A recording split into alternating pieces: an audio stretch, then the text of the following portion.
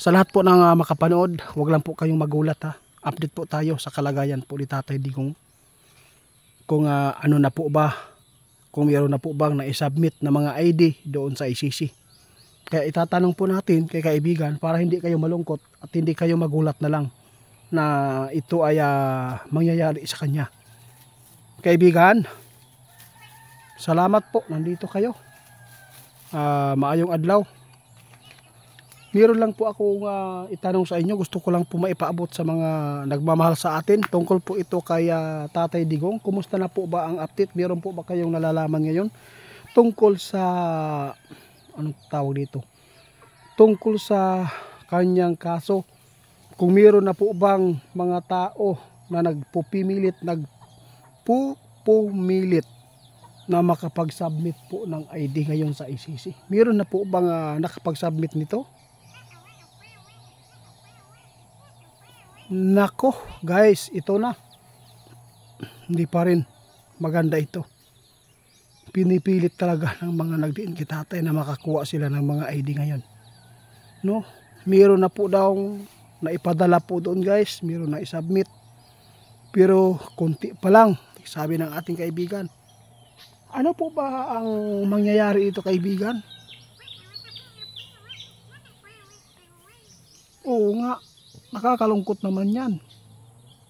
Kasi may nagpaabot din sa atin na nagtanong, itiit, mahirapan po talaga si Tatay Digong daw ngayon. Lalo na ang kanyang abogado ay nahihirapan na ipaglaban po yung kaso na hinaharap po nila. Ito po ang sabi ng ating kaibigan, huwag po kayong mawalan ng pag-asa. Yun po ang totoo. Kasi kita na din po ito ng ating kaibigan na mayroong malulusutan si Tatay. At saka hindi po talaga mananaig ang gusto pong magdiin sa matanda. Kaya salamat kaibigan kasi gusto ko lang po itong maipaabot. Kasi yung hula po ninyo noon na mapawalang bisya talaga yan pagdating ng panahon. Hindi lang po tayo pwede magmadali at mag-apura para lang po na makauwi agad. Hindi po basta-basta ang kanyang kinakakaharap po ngayon dahil po sa mga tao na nagbigay po talaga na nagpursige na si Tatay Digong madiin dahil po sa kanilang galit at yung gusto po nila talaga na humina ang mga Duterte. Ngunit hindi pa rin nila magagawa yan kahit pa mawala si Tatay Digong dito sa mundo ng tao. Hindi pa rin yan mawawala ang suporta ng tao. Mas lalo pa itong dadami. Kaya dapat tigilan ninyo. Di ba kaibigan?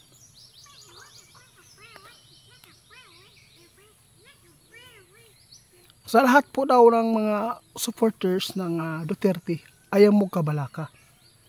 Lagi po natin na tugunan, ipapaabot na huwag kayong gumawa ng mga kasamaan. Huwag po kayong mag-declare ng kudita o people power.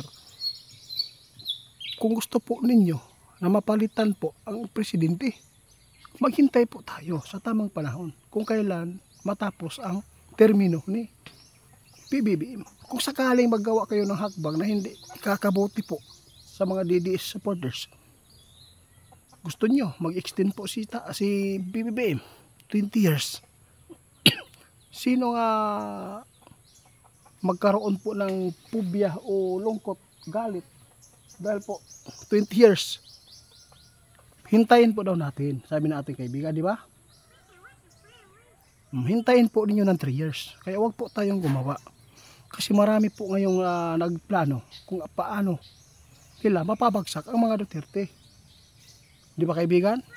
Oo. Pero wala po akong sinabi sa inyo na hindi po nyo putuhan po yung sa kabila. Yala ka-line up ni BBM.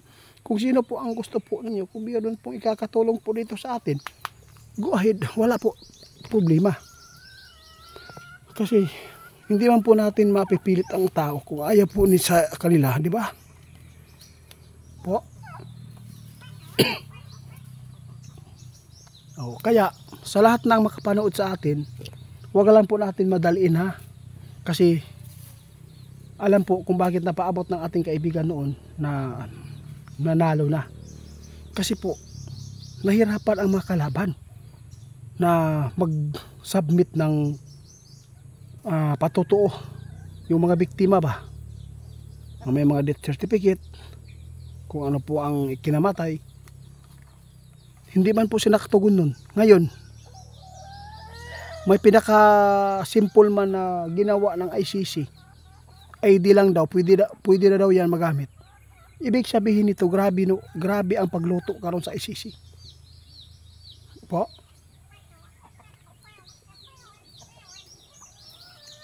Kaya si Tatay Digong, ipagdasal nyo na malakas lagi at makakauwi po siya ng ligtas dito sa ating bansa para po panatag na ang inyong kalooban, lalo na yung mga diehard po talaga ng mga Duterte. Kung ano man po daw ang mga magaganap pa dito, guys, kung si Tatay Digong madidiin, huwag kayong mag-alala kasi po may solusyon yan. Mayroong solusyon yan na makakabalik po talaga si Tatay. Na mayroon na pong nagpaabot din po, isa na po tayo, si kaibigan, na nagsasabi na huwag nating apurahin. Maghintay tayo sa tamang panahon. Kasi hindi po bata ang ICC. Kasi po alam po ninyo, hindi po natin, marami nagtatanong sa atin, kaibigan, kung binabayaran po ba daw ni Lisa yung ICC. Oo, kung ikaw po yung tatanungin ko, ano pong masasabi mo? Totoo po kaya ito?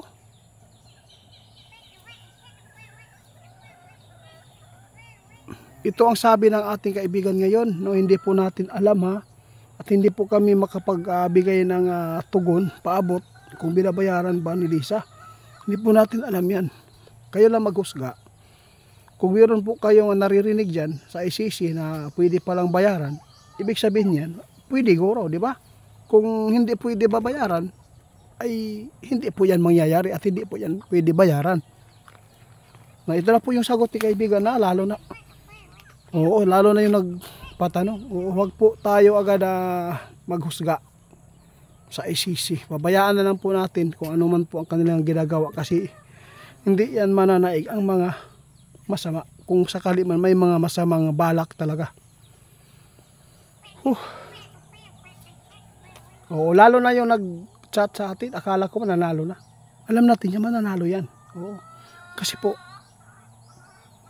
yung paghingi po ni Kaupman ng mga biktima noon, nung killing, war on drug ni Tatay, kung walang nakapagpasa noon, ibig sabihin, no, nananalo na Tatay. Ngayon, nagbigay man ang ICC na pinaka simple na gawin, ID lang, pwede na daw isubmit. Dito tayo mahihirapan si Tatay Digong ngayon sa mga taong na nagpupumilit na maghanap ng ebidensya. Alam natin guys kung gaano po nila galit po nila kay Tatay. Nakakaawa po talaga.